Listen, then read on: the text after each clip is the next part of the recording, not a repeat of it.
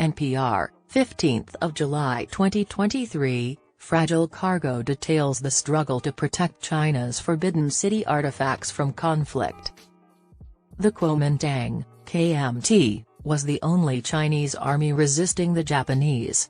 When they became vulnerable, the Communist Party fought and overthrew them, which was the only way Communist forces could conquer China. A group of museum curators at the Forbidden City in Peking, now Beijing, gathered on the eve of Japan's invasion of China in the early 1930s and discussed what would happen to the nation's enormous collection of imperial art once the inevitable all-out war between Japan and China started.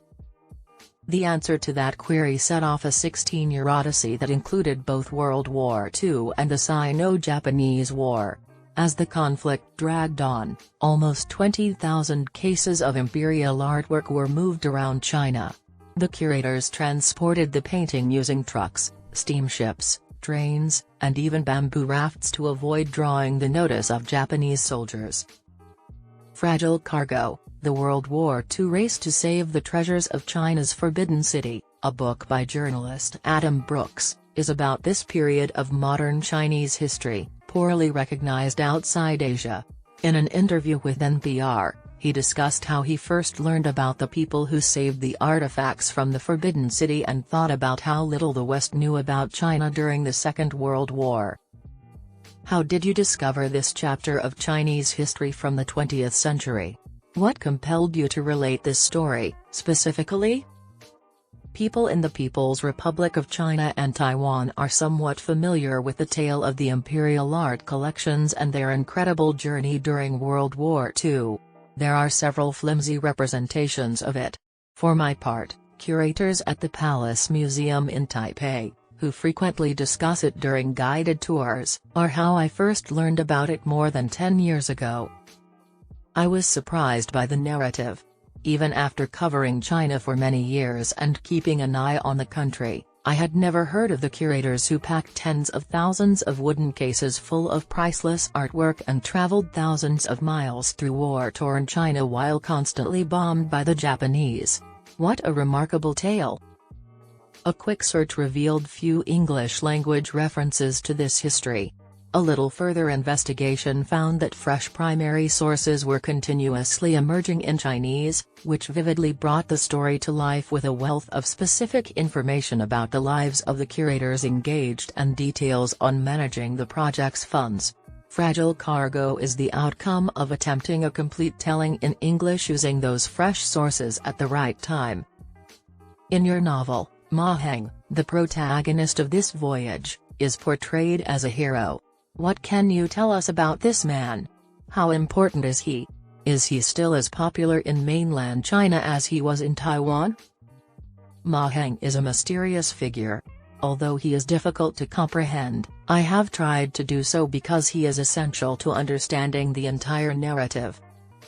He was a well-to-do scholar and businessman from Shanghai who joined the faculty at Peking University in 1917. His research on ancient objects and inscriptions is remarkable, and he contributed to establishing modern archaeological practices in China. 1924 to 1925, he contributed to cataloging the Forbidden City's art holdings. In 1925, he assisted in founding the Palace Museum in Peking, and in 1934, he was forced to take over as director. Ma Heng handled the transfer, evacuation, and packing of the imperial art collections across China for 16 years to protect them from the occupying Japanese. Although his dedication to protecting the imperial treasures might be considered noble, I'm not sure I think of him as a hero.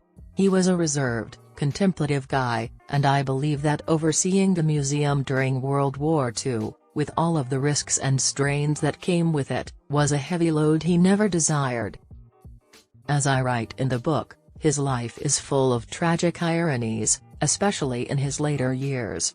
Unlike many members of China's intellectuals, he declined to depart for Taiwan in 1949. He continued to live in the fledgling People's Republic of China, where he was forced to endure political persecution by the Communist Party. Early in the 1950s, the Communist Party launched the Sanfan campaign, a ruthless political initiative to eradicate corruption in politics and business while thoroughly subjugating China's bourgeoisie. Ma Heng was dragged away and kept for months at a cadre school serving as an interrogation facility. He was horrified and humiliated by the event, and he withdrew and suffered from depression for the rest of his life. Ma Heng is now recognized for his leadership and scholarship. I believe his name is somewhat well known among Chinese art historians, but accounts of his biography sometimes lack color and gloss over how the party treated him. He seems to be a strong candidate for a thorough academic biography. I'd be thrilled to see one. The jadeite cabbage with insects, one of the antiques being transferred, is now a must-see item in the Palace Museum in Taipei. How did this thing get to Taiwan? The cabbage with jadeite, it's a bit exquisitely detailed carving from the Qing dynasty. Jadeite's hues stunningly resemble a head of bacai or cabbage. The most commonplace vegetables have been reproduced in the most revered of materials, jade, by an unidentified carver, who has elevated it to the sublime. Na Chi Liang, a curator at the Forbidden City, said in his autobiography that he first displayed the jadeite cabbage in the Palace Museum in 1929. Na and the museum staff were perplexed by the response to the piece from the general public. Peking as a whole fell in love with it and flocked to view it in their hundreds. The jadeite cabbage was one of the countless items and texts packed up and sent out of Peking in 1933 to safety in western China during World War II. Later, in 1948, Mao Zedong's winning Communist Party was just a few steps away from assuming control of China. Chiang Kai-shek escaped to Taiwan with his vanquished nationalists, salvaging what they could of their destroyed republic. In addition to ordering the shipment of many of the most significant, irreplaceable items from the imperial collections to Taiwan, Chiang also ordered the shipment of China's gold bullion reserves. Curators transported jadeite cabbage, bronze sculptures, paintings, ceramics, literature, and archives across the Taiwan Strait during the turbulent final days of China's civil war. This lovely tiny brassica is still present in Taiwan today. At the Palace Museum in Taipei, hundreds of people wait in line to see it, and the museum's cafeteria will sell you treats made to look like it.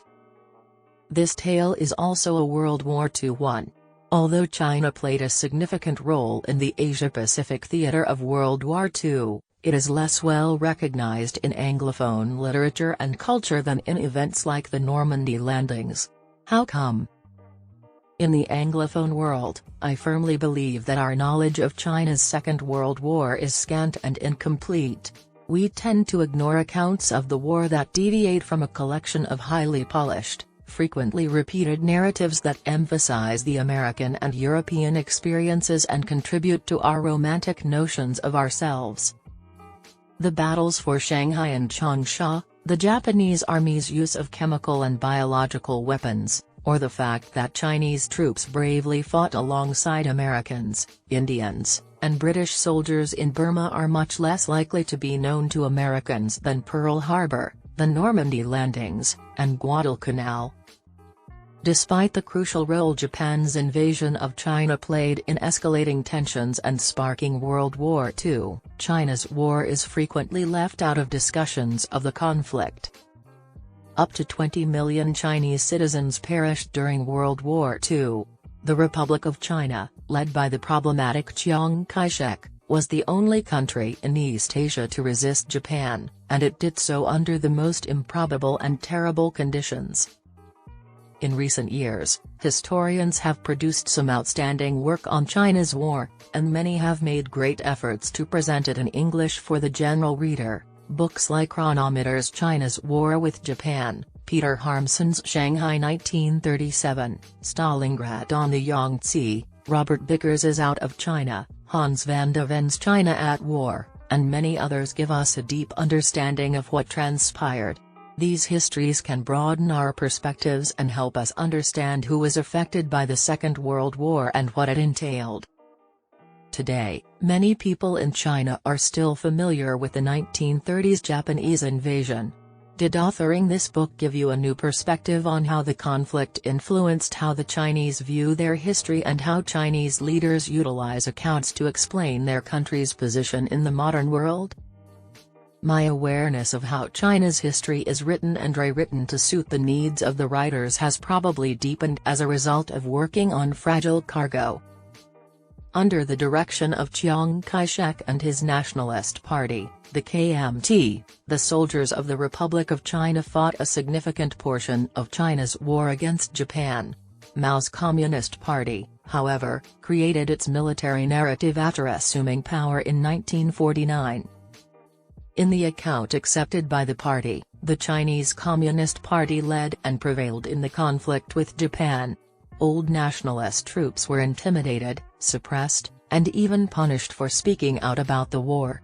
Ma Heng's son, an officer in Chiang Kai-shek's army, was imprisoned for 20 years.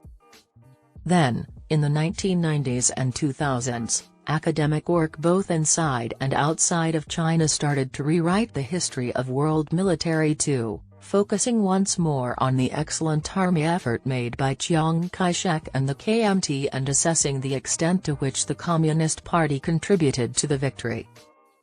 Under Xi Jinping, things are much more tightly regulated in China today. Xi has made it quite apparent that the party's account of Chinese history is the only one that can be considered legitimate. Any deed committed by a revolutionary martyr or the party's involvement in the war against the Japanese may be viewed as historical nihilism, which could land the writer in severe difficulty or perhaps in jail. As a result, there is still a lot of uncertainty surrounding China's war. However, we must have some background knowledge of China's World War II experience if we hope to gain any insight into the Chinese Communist Party, comprehend the myths it tells about itself, and appreciate how it perceives its place in history. As with the other Allied combatant nations, Ron Amiter claims in his book China's Good War that the Second World War provides for China, as it does for the other Allied belligerent nations, an opportunity to portray the nation as both strong and victorious, as well as morally virtuous. He contends that war memories give the party a way to instill a new nationalism in Chinese society that can supplant revolution as the country's primary goal. I believe that our nation and politics benefit from using battle memories. We imagine World War II as whatever we want in our literature, movies, and museums. China, too, deceives and acts similarly.